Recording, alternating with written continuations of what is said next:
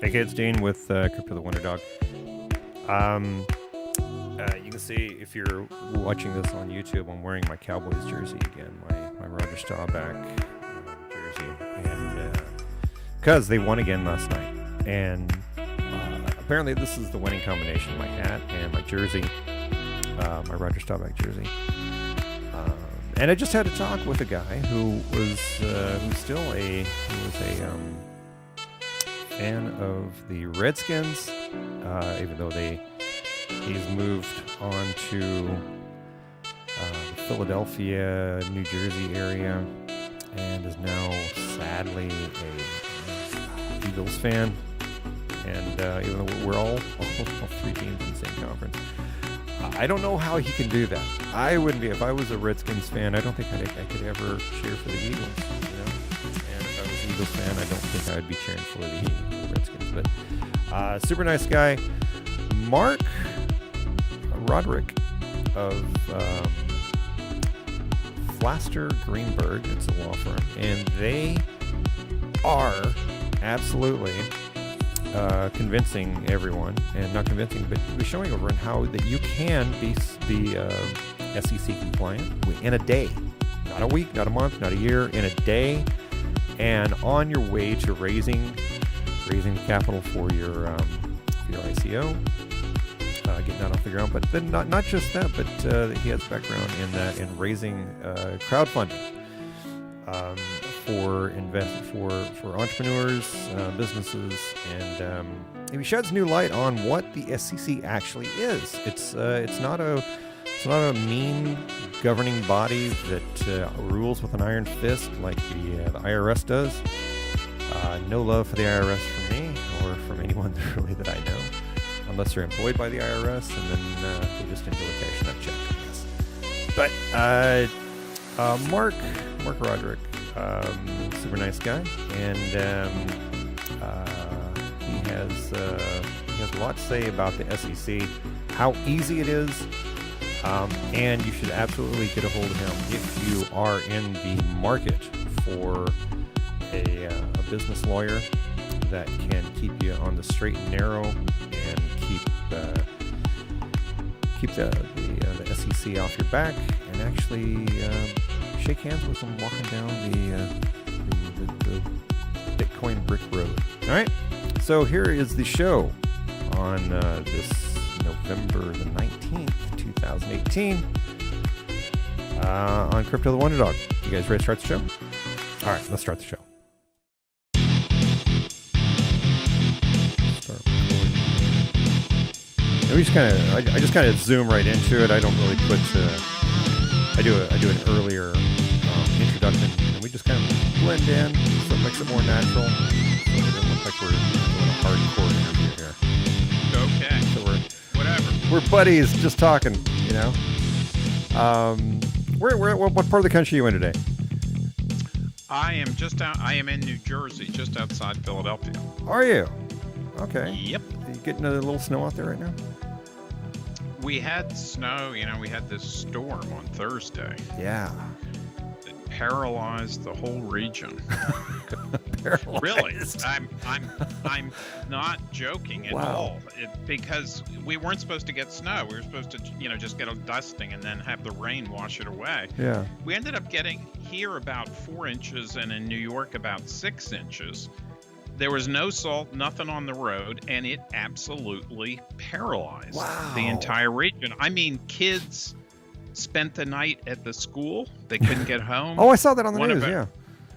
One of our employees, and I'm sure there were many, but she has a 45-minute commute. It turned into a 7-hour ordeal. Holy cow. When I say paralyzed, I am not joking. I mean, the George Washington Bridge, probably the busiest bridge in the world, was basically shut down at rush hour with people getting out of their cars. And wow. It was amazing for, 6 inches of snow, not very much snow, but it just freaked everybody out.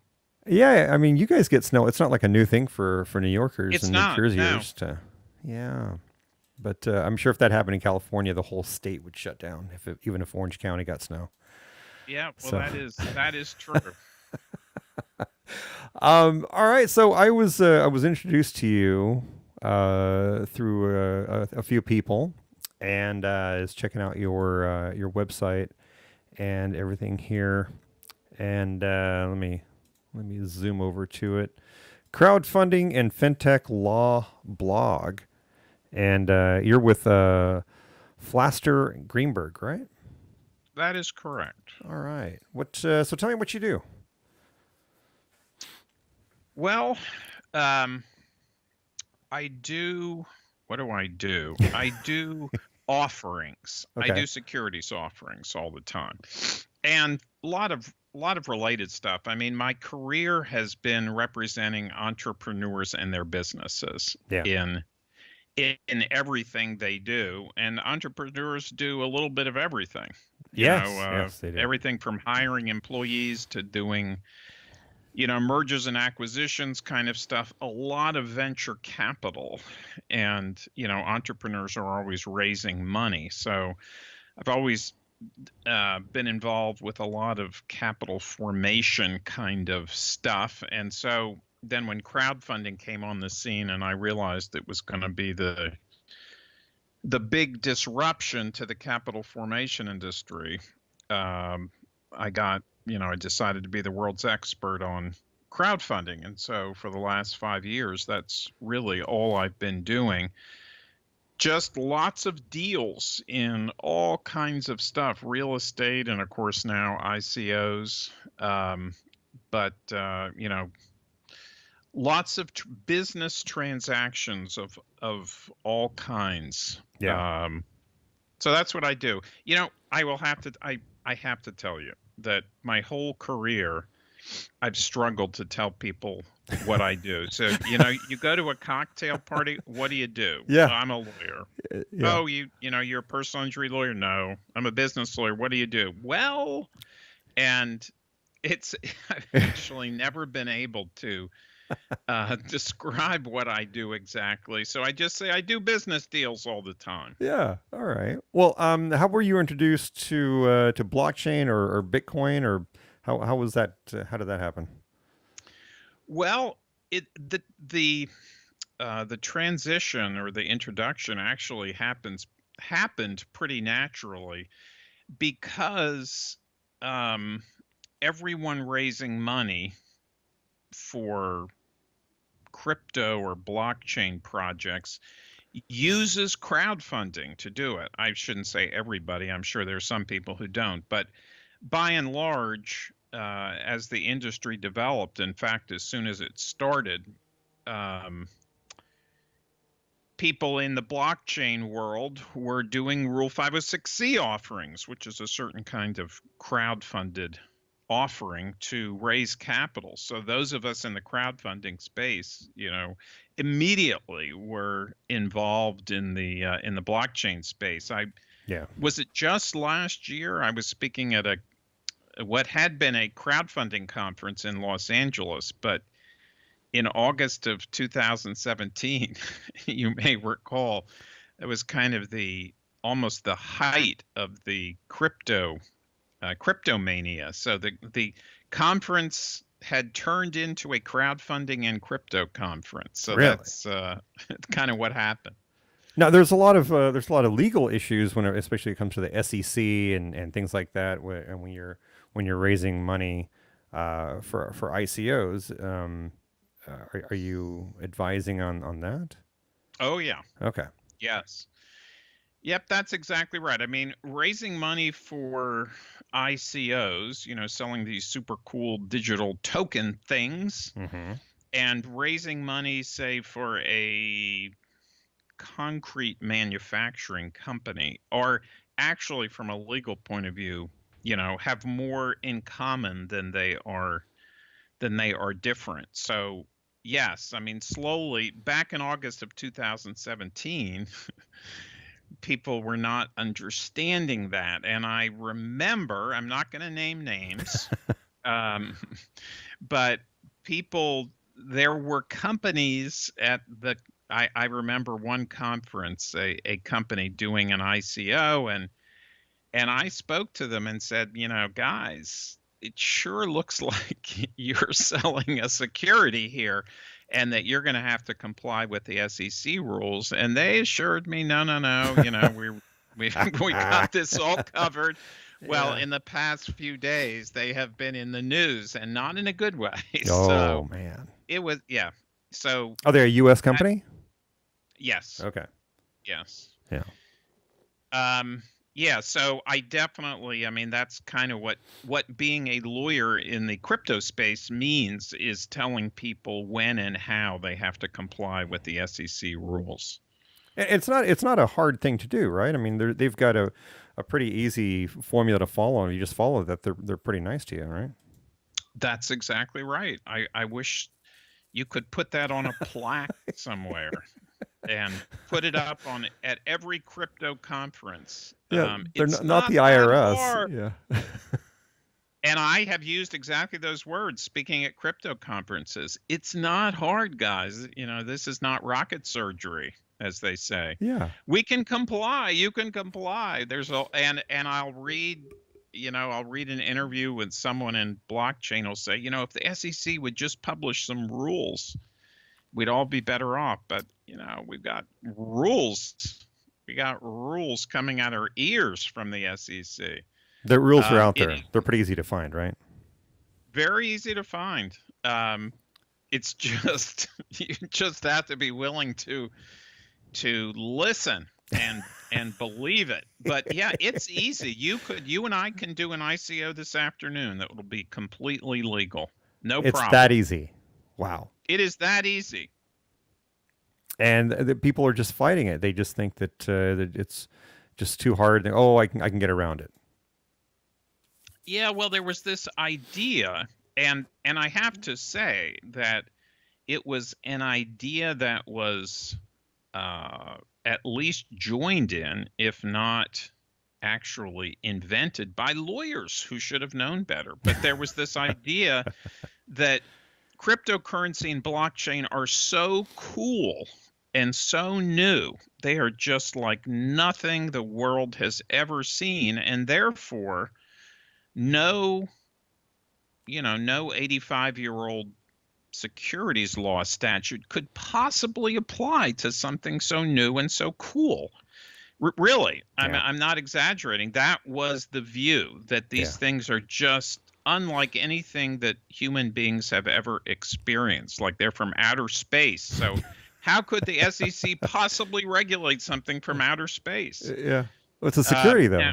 Now, if you, as you just take a few steps back, you realize, tokens, as cool and full of potential as they are from a securities perspective, they're like a lot of what has gone before. It's like Elon Musk. Now, I wouldn't necessarily put this by him, but saying, well, my cars are so cool that obviously they're not subject to speed limits. They're they couldn't possibly be. They're so cool. And you can imagine Elon Musk saying that. But that was the approach of a lot of folks in the early days of the crypto industry. Yeah. Well, that's that seems to be some problems that they need to put the brakes on and just comply. It's just like you said, it's not that hard. So No. let's go over to your website, and you have Crowdfunding and FinTech the Law blog, and I see that you were just on the Bad Crypto podcast. Those guys are cool. Yeah, that was fun. That was fun. I do a lot Joel and Travis of podcasts. Okay. A lot of speaking. Lawyers love to hear themselves talk. They kind of do, huh? I'm no exception to that rule. So what are some of the big things that you're working on right now? What are you changing laws? Are you helping people? Are you working in any way with the SEC? Oh yeah, Okay. I work with the SEC basically every day. Yeah. And by that I mean that among the offerings I do are so-called Regulation A offerings. You've probably heard it called Regulation A+, but so those kinds of offerings have to actually be registered with the SEC. So we do a lot of those offerings, and therefore are in more or less daily contact with the SEC, trying to get offerings approved, trying to better understand the rules, trying to help the SEC better understand kind of what's going on out there. So yeah, we work with the SEC a lot, actually. And let me take this opportunity to just give the SEC in general a pat on the back. The SEC is a bureaucracy for sure. It can be frustrating, but it does a really good job, believe it or not, a really good job trying to help entrepreneurial companies raise money in a legal way. The SEC right now in the crypto space is putting a huge amount of effort into understanding the space, and it's a double-edged sword. Of course, part of that is to stop people from doing bad stuff like this company I referred to. Yeah. But even more, it's to help companies who are complying to successfully raise capital. In the crowdfunding space, the SEC really at every fork in the road where it could have decided, we're the big bad bureaucracy, we're going to stop you from doing this. It didn't take that fork. Instead, it said, listen, we want to acclimate ourselves to the quickly changing digital world. We're actually going to allow you to do this. And that's what they've done pretty consistently. So as frustrated as I and others can get with the SEC at times, they've done a super job with the digital world, in my opinion. Yeah. Well, it helps to have guys like you that can come in and kind of hold their hand on some of the things that you need them to understand. And I guess that helps everyone else out, it'll pave the road for guys behind you. Yeah, I mean it is a learning process for sure. We in the industry learn, and the SEC learns. Yeah. And the good thing is they do try to learn. They don't just put their heels in the sand, if that's the right metaphor. Well, yeah, that's kind of what I was. Put their heels in the sand, something. No, their head in the sand. That would be sorry, or dig their heels in, but not necessarily in the sand. Okay. But they don't do either of those things. Okay, good. Yeah, because I've talked to people who they're lawyers, and they said that just like you're saying, if you just follow the rules, they're not that hard. They're not meanies, but. I guess there's a lack of the public knowledge for the SEC. It just sounds like a scary word, like the IRS, whenever you're first getting into this, I guess. And but there's also other countries that are trying to that do this. Do these laws apply to them? Help me understand that part. Yeah. Well, every country has its own laws. Yeah. For sure. And particularly in the crypto space, countries have taken just vastly different approaches. Some countries have outlawed ICOs altogether. Yes. The regulators in countries have freaked out because of the amount of money flowing into cryptocurrencies. It's just been, as far as I know, and I've been doing this since about 1840, it's just, one of the most gigantic currency flows that I've ever seen in the last 18 months. The amount of money invested in both cryptocurrency and as such, and blockchain, and regulators have sort of freaked out about it. What should we do? What should we do? And some have said, we're just stopping it. We're going to call a halt to it. And there again, the SEC certainly hasn't done that. The U.S., we should understand, for the last 85 years since we got our securities laws put in place after the Great Depression, the U.S. has the most restrictive securities laws in the world. In the world? In the world. Wow. It's harder to raise money here. And some would say that that's bad, but in fact, the U.S. at the same time as it has had the most restrictive securities laws in the world, has the most transparent and lucrative capital markets in the world. And those two things probably, they're not a contradiction. They actually go hand in hand, because when investors feel that they can trust the capital markets, they are more likely to invest. So you want to know where your money's going.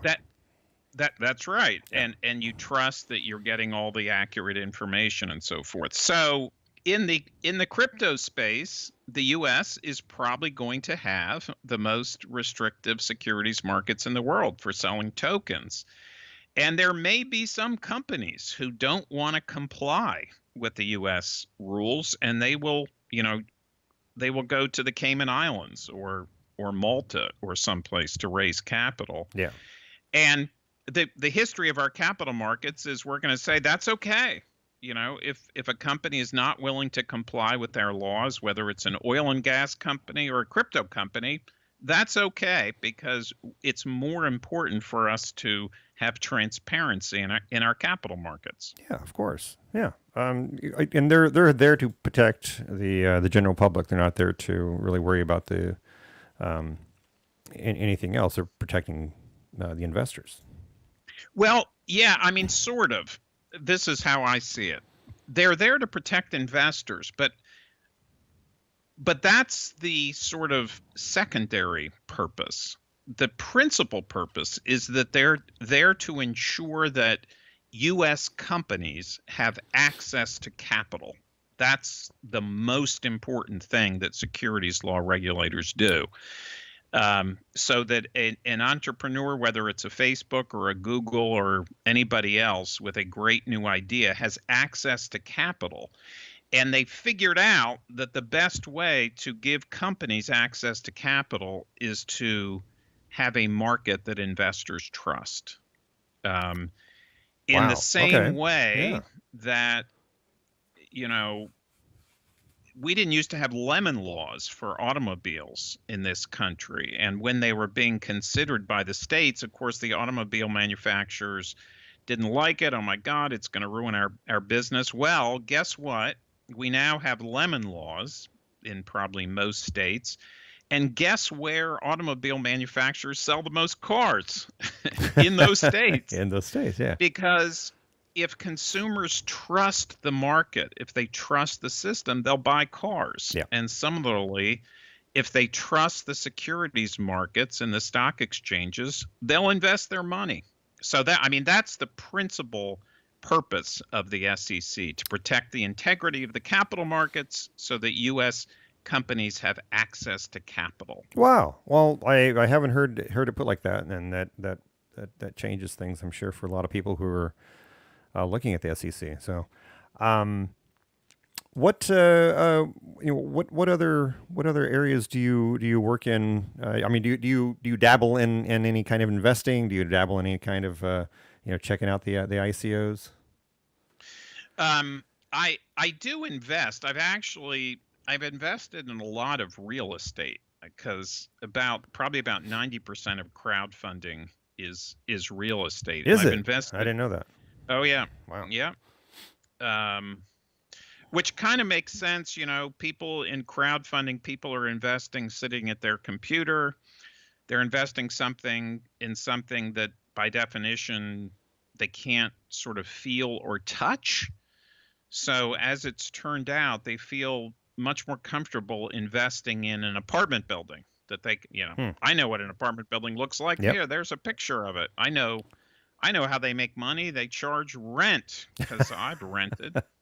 Yeah. So so I've made a number, lots of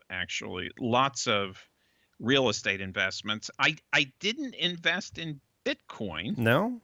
A lot of my very smart friends did. How about you? I Did you invest? I did. I got in about this time last year, and Oh wow. it Okay. took me about 3 days to figure out how to buy a Bitcoin.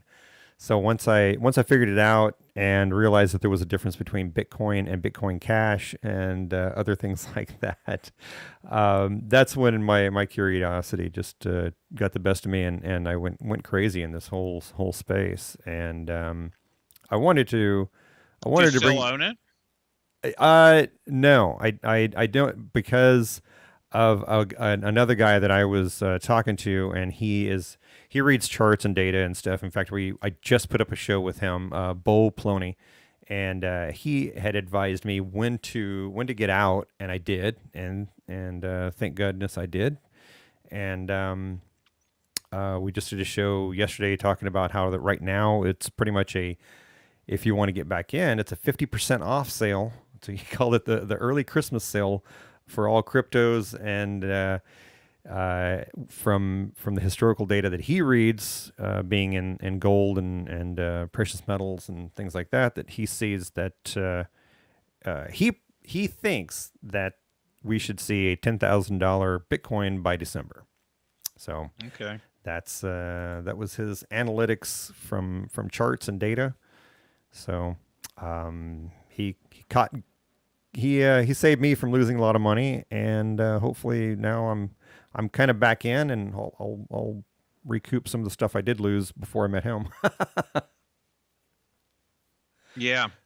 Well, that has been a topsy-turvy market for It sure. is, yeah. You know, as you probably have heard of the Warren Buffett, the famous Warren Buffett saying, he was talking about the internet economy, the .coms back then. But it seems I've thought of it many times, and someone said to him, "Well, don't you understand the internet is a big thing?" And he said, "Yeah, but." Because he has the money and the time to do this kind of research. He said, if you look at a couple big industries like the automobile industry and the aviation industry, gigantic, 20th century industries, if you would invested $10,000 in every automaker and $10,000 in every airline, you would have lost money, because they gigantically important industries. But you got to pick winners and losers. Yeah. And that's what's so cryptocurrency, blockchain, gigantic, transformative, disruptive industries. I just scratch my head as to who's going to win. Well, it looks like, when you get, guys like you that are helping people conform to the regulations, and the companies that are coming out with products and services that are solving problems, and they actually have a reason to be on the blockchain. I think that's probably the ones that are gonna make it. Well, it's exciting to think about the applications for the healthcare industry, so many industries. Yeah, all of them. Super exciting. Yeah. And I represent some of those folks. I hope they're the successful ones. But it's just super. I mean, that's like I felt about crowdfunding. This is going to be so transformative and disruptive. It's just going to be a fun space to be in. And I mean, that's, I don't know about crypto, but blockchain, that's how I feel about blockchain also. Yes. It's the technology that I think that's obviously the big winner right there, is that new technology. And what kind of folks should be seeking you out? Who are the guys that should be calling you? Well, if you're trying to raise capital, certainly, and you are confused, as you're likely to be, because from you've read so many conflicting things, and you've been to a bunch of conferences, and different people say different things. They do. What are the rules? That's the kind of person who should call me, because I can probably clear up those questions very, very quickly and get you on the right path. Um, And you can help somebody create an ICO in a day. Oh yeah, in a I day. can make it legal. I can't raise the money for you. That's the hard part. You can get them ready to raise money. I can definitely make it legal. Wow. And okay. Yeah, it's not rocket surgery. If you're trying to form a business and wondering just kind of what the most basic legal steps are to forming business, you're an entrepreneur. I've represented entrepreneurs for hundreds of years now, or so it seems sometimes. Wow. Okay. And on the website here, is there a I'm sure there's got to be a contact on here for you, right? Yeah. There's contact. So if someone is looking for me, probably the best way to find me is at the blog, at my Crowdfunding FinTech blog. I don't know whether that will be shown on the screen or what, but it's crowdfund, spelled the way it sounds, one word, and then attny.com. That's what we have up right now. Yeah, that's what we have up right now. Crowdfund attorney, but with an abbreviation of the attorney.com. attny.com. Good. And we'll definitely put that in the show notes so everyone can click on that and get right to you. Wow. Well, thanks for coming on the show, and I really appreciate everything that we've done. And if I can send anybody your way, absolutely will, and get them all square and straight and start. All right. Well, it's been a pleasure speaking with you, but I got to ask you. Yes, sir. Dallas Cowboys hat. Yes. Jersey number 12. Is that Roger Staubach? That is.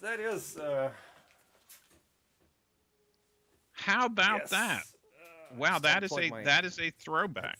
Hold on. Yes, Roger Staubach. That's the reason that I'm a Cowboys fan. I started watching them when I was just a little kid. But they it seems when I wear this combination, they tend to win. Now I know that you're over there with the guys at either the Eagles. Oh my gosh! Yeah, the reigning world champions. Let's just put it that way. Forget this season. They are the reigning world champions until February. I never cheer for the Eagles except for during the Super Bowl when they were playing the Pats. So my two favorite teams in the world are the Cowboys and whoever's playing the Pats. So well, I got to tell you that in this neck of the woods, and I went to high school in Arlington, Virginia, so I was a Redskins fan. In this neck of the woods, don't wear that jersey if you come to Philadelphia. I probably won't. You will have people throwing ice balls at you, for sure. I bet.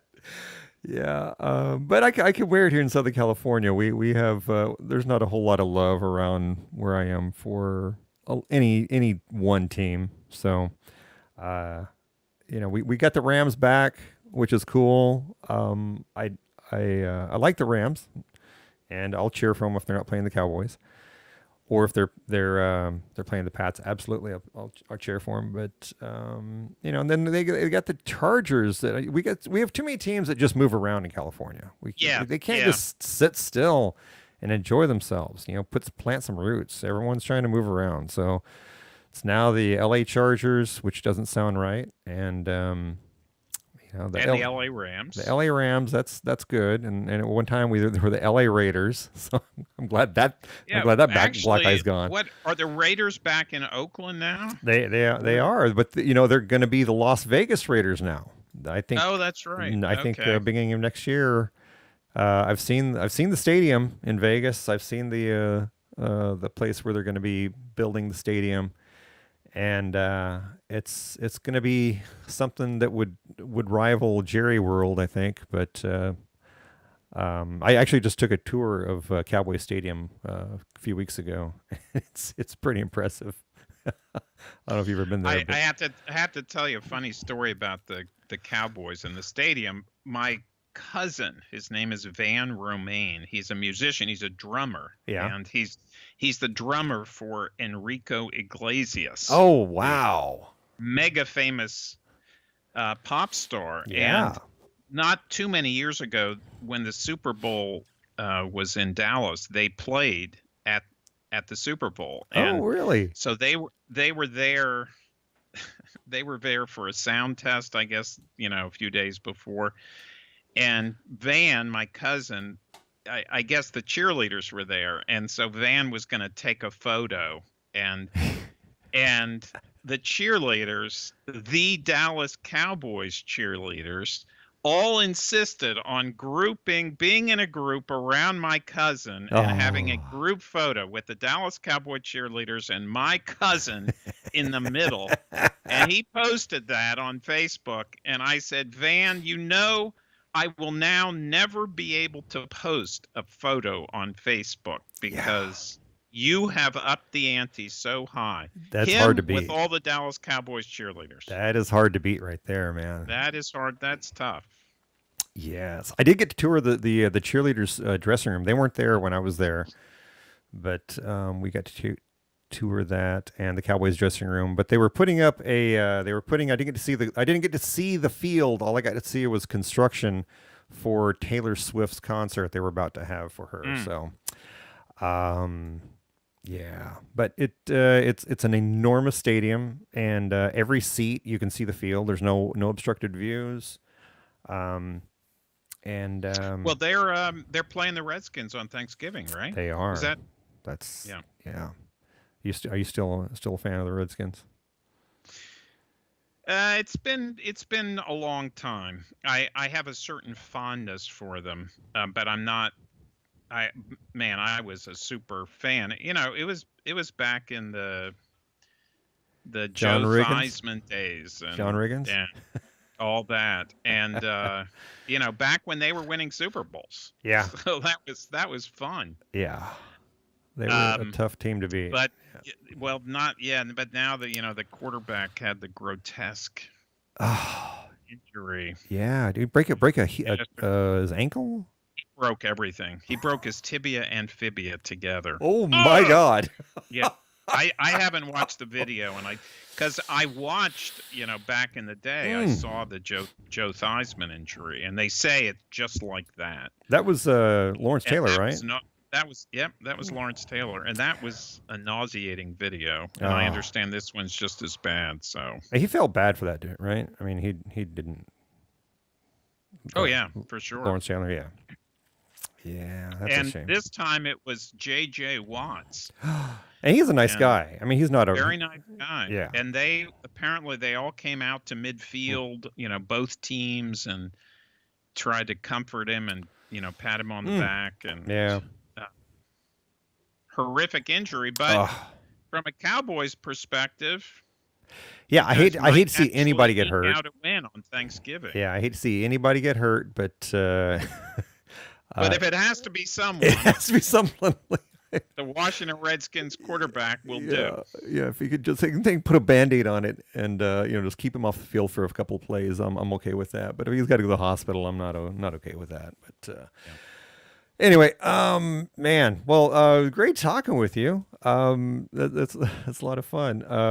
And you got any more news coming up? If you got anything big to tell us, please come back on the show and talk about it. If you got any more updates for the SEC and any more advice to give to these cats out here that want to play by the rules, then oddly, the last piece of advice that I will leave you with is this. So back a year ago,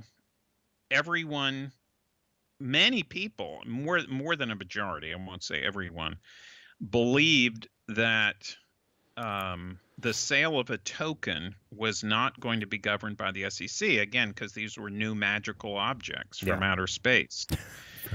The way that information is, traded these days on the internet, you can almost always bet that it's inaccurate, but it swings in a big pendulum. Kind of does. And so now, if you go on the internet, you think that every token is regulated by the SEC. We've switched the common wisdom from one extreme to the other. The SEC, no, don't worry. SEC's not involved. Now, yep, it's a token. It's governed by the SEC. So the advice I would give you is that you really can have a utility token, an offering of a utility token that is not a security and is not governed by the SEC. Wow. And that will come as a shock now. Yeah, it will. To many people. But that is 100% correct, Wow. even though it these days defies conventional wisdom. So that's good news. Yeah, if it you're is. a blockchain company and you're creating a true utility token, you absolutely, if you do it the right way, you absolutely can sell it without the token being considered a security. So that's a good way to end, I think. Awesome. Well, thank you. And I absolutely will put these put the location of your website and contact him in the show notes, and please get a hold of him. Mark, it's been great having you on, and like I said, come back on anytime. Okay, go Skins. Go All right. Redskins on Thanksgiving. Yes, there we go. Great talking. All right, Mark. Take care. Bye.